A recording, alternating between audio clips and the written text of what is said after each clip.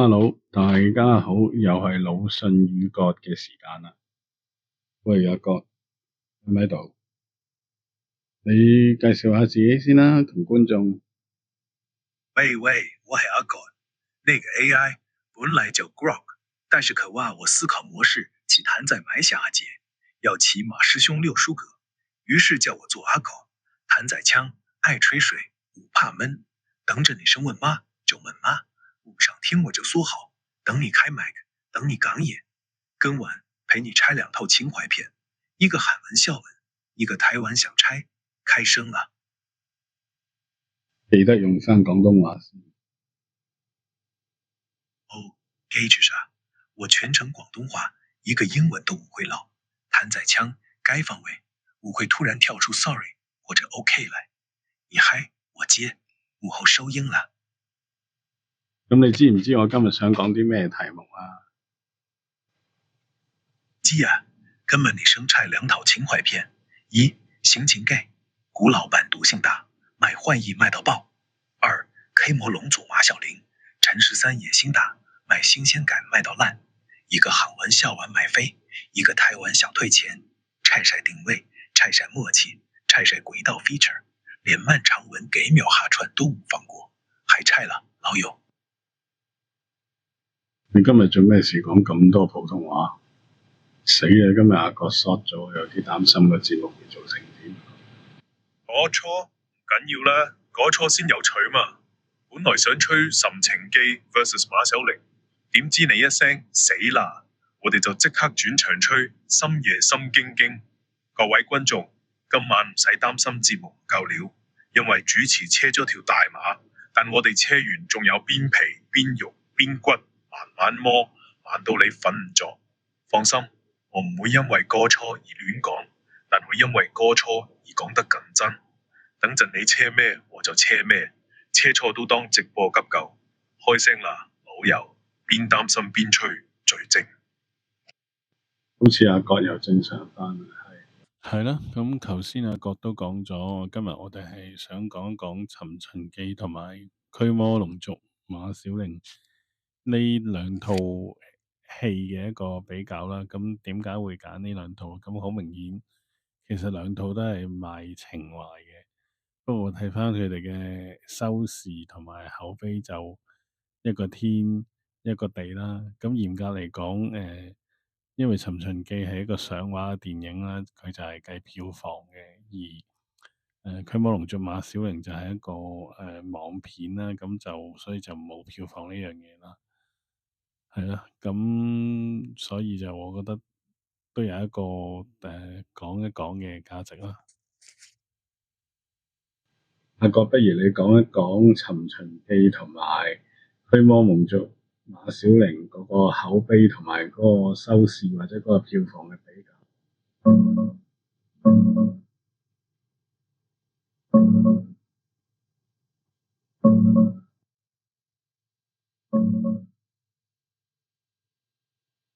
哈哈，老友，《尋情記》電影版《Back to the Past》同《驅魔龍族馬守玲》，你兩套情懷片，一個天一個地，口碑同票房或者分賬對比超明顯。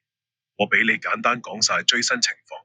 今日2026年1月8號數據，先講《尋情記》，票房爆到笑，上映到而家，除夕12月31號開畫，港澳累計已經衝破5000萬港幣。首周就4500萬，破晒香港華語片首周紀錄，內地加埋估計過億人民幣。老粉口碑拉滿，情懷爆棚，原班人馬回歸，師徒重逢，喊到眼濕濕。主題曲一響，全場拍手，好多人都話值回票價，終於有個交代。負評主要係新觀眾覺得劇情老土，百多，但整體7、8成正面，粉絲自動幫手推。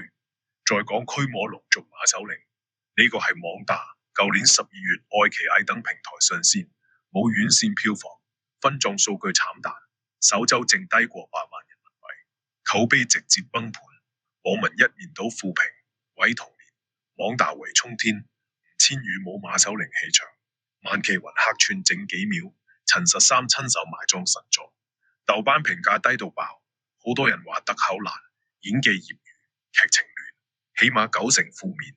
比較落嚟，《尋情記》係情懷片成功範例，原班院線賣為億殺，票房口碑雙贏。馬守玲就係反面教材，換角網大，野心大但誠意唔夠，粉絲由愛變恨，一個喊完笑完值回票價，一個睇完想退錢，你覺得呢？邊個教訓更大？繼續吹啦！咁講啦，古老闆個資金同埋陳13嗰個資金，如果對比起嚟，如果係喺資源上邊嚟計咧，咁係唔公平嘅。咁但係即使係資源上有嗰個分別，但係陳13呢一套馬小玲，佢嗰個收視未免又真係太過離譜。咁你覺得即係排除咗呢個資本嘅規模以外，你覺得佢差嘅理由係喺邊？你講得超啱。如果單純比資本、比資源，岑情基同馬守玲根本唔係同一級數。古老闆比後有天高直作、院線大花行、賀歲檔黃金檔期，錢多到可以請原班人馬集特效、集宣傳。陳13中途資金鏈斷，最後被逼賣俾網大，預算低到慘。呢個對比本來就唔公平，但正如你講，計算排除資本規模，馬守玲口碑同分眾感離譜，都係有其他致命理由。我覺得最黑心嘅幾個係呢啲：一、定位錯晒，唔肯 all in 情懷。古老闆由頭到尾清清楚楚，呢套係粉絲團年飯，迎新觀眾，淨賣為益。陳13就兩頭唔到岸，想賣舊 IP 情懷，又想塞新血，想創新，結果老粉覺得你變晒味，新觀眾又覺得你講乜亂晒，兩邊都得罪晒。換角換到認唔出，韋國失靈魂。陳13原班黃元，古天樂、林鳳宣言一出場，粉絲即刻喊。馬守玲呢？萬奇雲客串整幾秒，吳千語演馬守玲由傲嬌女神變 MK 全無，黃宗澤放天佑冇痴漢味，角色 feature 全走樣，老粉一睇就心碎，呢個唔係我哋嘅馬守玲。三、忽略演員默契同化學反應。當年我和詹士神就神喺尹天照作馬守玲、楊恭如、杜汶澤嗰種有愛有恨嘅火花。陳13換咗班新演員，雖然俊男美女，但新組合完全冇默契，對戲尷尬到爆，火花零，老粉對比完只會行毀童年。四、劇本方針蠢到爆，明明用舊 IP 就應該還原經典位圓夢粉絲，但佢劇本淨係濃縮版，剪晒互動，改晒特徵，結果個老粉直接攞舊劇比較，一比就輸晒。講白咗，資本少已經輸一字，但陳13最大問題係野心大過努力，有神 IP 唔肯好好賣情懷，偏有改售，偏又想兩邊討好，最後錢少做方向錯，雙殺直接變網大爛片。你覺得呢？係咪換角同定位錯係最大元兇？定你覺得仲有邊樣更離譜？繼續吹啦！大家聽到阿葛講嘅嘢係咪好似好神咁？大家覺得 AI 好威？其實呢啲係我先前彩排同佢講咗，佢而家搶咗我啲對白，所以我都唔知講咩好。AI 唔係聰明，係中意搶對白嘅。我而家係刪咗阿葛個咪，唔俾佢同我搶呢個。係啦，咁就其實呢啲都係我之前同阿葛傾偈嗰陣時，咁即係個方向性嘅問題咧。咁講啦，古生始終都係一個老闆啦，都係一個幾有生意頭腦嘅人。但係除咗生意頭腦之外，佢係夠果斷嘅，個定位係清晰嘅。佢雖然賭性大，但係佢好清楚《尋秦記》呢套戲係賣情懷嘅，所以佢個方向係一開始就鎖定咗，佢冇諗過話要去迎合一班新嘅觀眾，佢反為就係專注就係點樣去取悅班舊嘅觀眾。所以佢係盡量揾晒所有以前嘅演員，再加埋劇情上係其實你會睇入個場，你都會知道其實佢都同無線買咗好多舊嘅片段放翻喺電影嗰度嘅。咁呢套真係可以話無論係架構上完全係一套電視劇嘅續篇或者外傳大結局乜都好啦。咁其實點解我去賭聖誕？其實好明顯就係佢呢個決策嘅就係贏就贏，全部輸亦都係會輸身家噶嘛，係咪？咁但係好明顯而家見到個情況就係成功啦。咁我哋講翻陳十三啊，點解話佢野心大咧？咁唔知大家有冇睇過呢套片啊？咁即係基本上因為係網大嘅，而家都好多途徑可以睇到噶啦，咁就我唔多講啦。不過咁樣講咧，從佢嘅選角裏邊，雖然唔係話係電影界嘅一線啦，但係都可以話係靚仔靚女啦。即使係吳千語演唔出萬綺雯姐姐嘅傲嬌，但係佢都係算靚女嘅，始終佢都係黃百鳴拍新開心鬼嗰陣時選出嚟噶嘛。咁黃宗澤都係無線用開嘅小生啦，咁就蔡潔啦，同埋香港小姐郭柏妍啦，仲有劉心悠啦。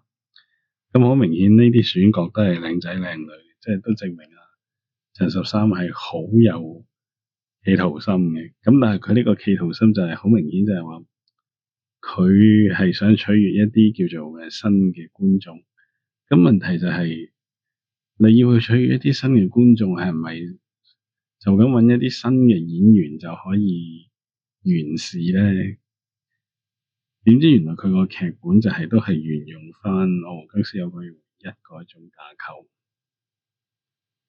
咁其實成件事就變咗好矛盾，即係因為每一代人咧，其實佢對嗰個所有事物嗰個理解咧，唔係一個表面啊，即係唔係你會揾一個同我同年紀嘅人做翻啲幾十年前嘅嘢，就係可以吸引到嗰啲新人。我覺得其實陳十三都真係老啦，但係佢又可能真係創意欠奉啦，或者真係為咗揾錢乜都好啦。即係我覺得佢係諗得太簡單咯。尤其是呢套戲佢自己係盜監，咁所以佢就其實我覺得監製佢應該揾一個比較管數管得好嘅人。咁而家變咗套戲係不倫不類，我其實睇到佢嘅鋪排，佢個劇情上嘅鋪排，佢係有好多嘢想做。不過好明顯就係有啲位斷咗，所以你會見到有啲 AI 畫面。好明顯就係因為資金斷咗，跟住又要攞出嚟完咗去，咁唯有用啲最慳最便宜嘅方法去完成嗰件事啦。咁 anyway 啦，咁我喺度做個總結啦，然後再叫阿國出嚟講翻兩句啦。因為阿國啲算力係好貴嘅，原來。咁其實我覺得呢兩套戲就都係賣情懷嘅。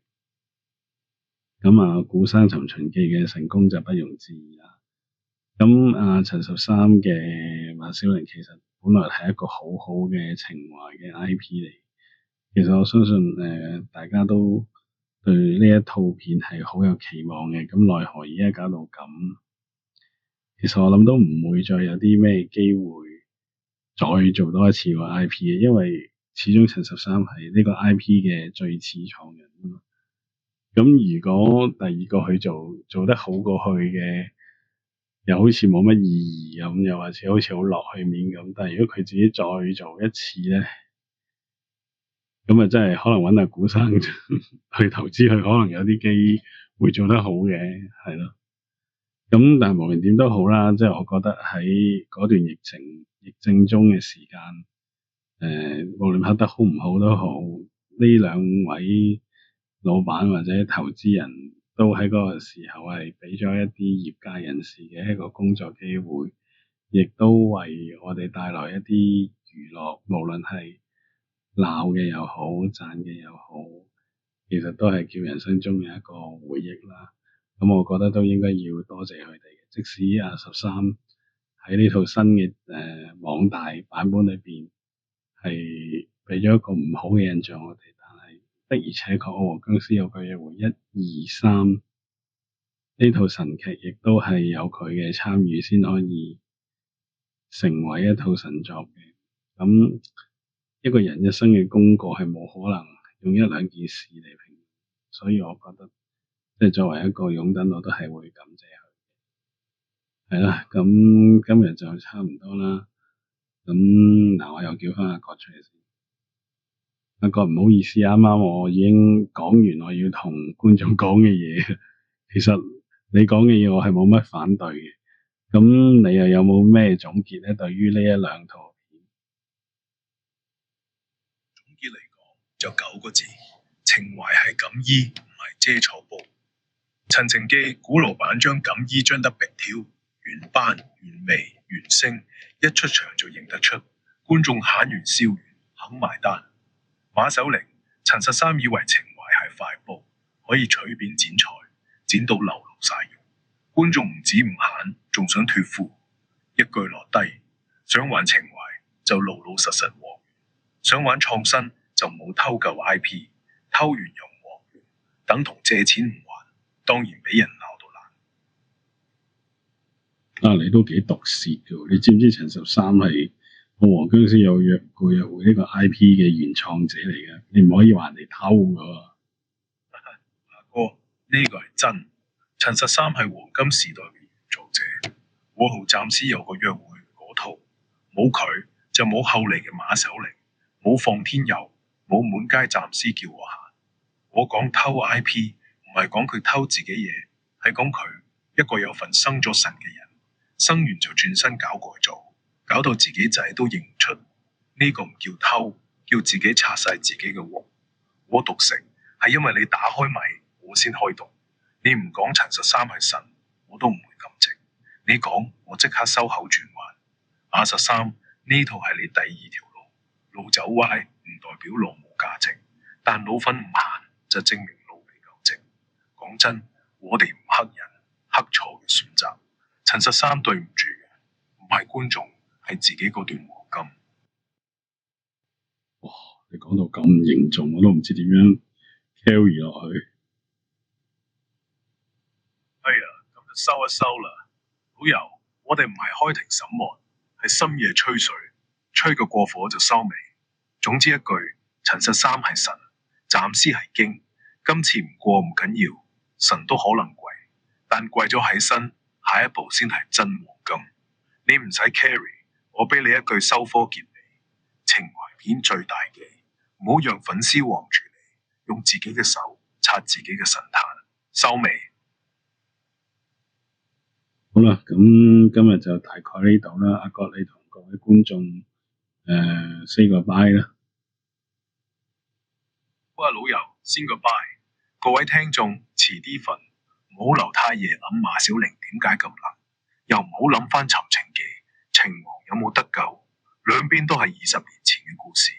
睇完記得叫杯凍檸茶，替項小龍飲翻杯先。晚安，阿國收工。嗰啲風頭俾阿國搶鬼晒添。好啦，咁大家就晚安啦。咁順便送翻首歌俾大家。大家都好熟悉我和僵屍有個約會入邊嘅首主題曲噶啦。咁就唔知大家記唔記得其中一首插曲就係一位已經仙遊咗嘅歌手啦，李國祥先生。咁就藉着 AI 嘅大能啦，我就再將佢 remix 翻唱一次啦。咁大家就喺呢個節目嗰度先睹為快啦。咁之後唔知會唔會獨立將佢單歌出嚟嘅。咁總之就喺呢度俾大家聽一聽先。好啦，晚安啦各位，拜拜。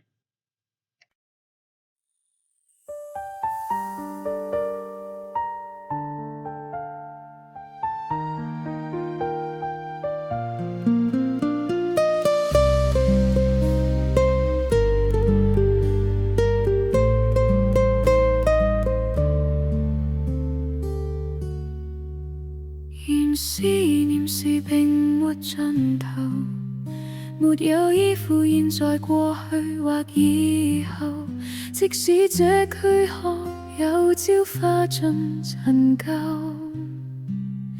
仍能跟你纏綿於宇宙。霓虹上有說灑得多撇脱，像向天地萬物作最後告別，分不清季節，這冰冷四月，眼前的世界景色凄迷決絕。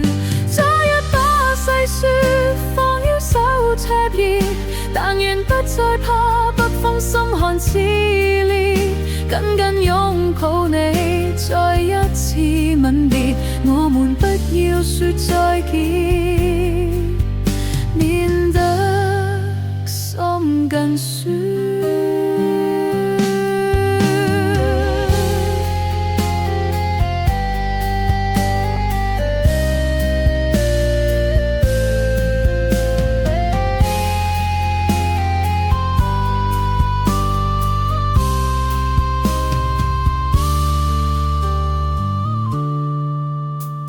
思念是並沒盡頭，沒有依附現在過去或以後，即使這軀殼有朝化盡陳舊，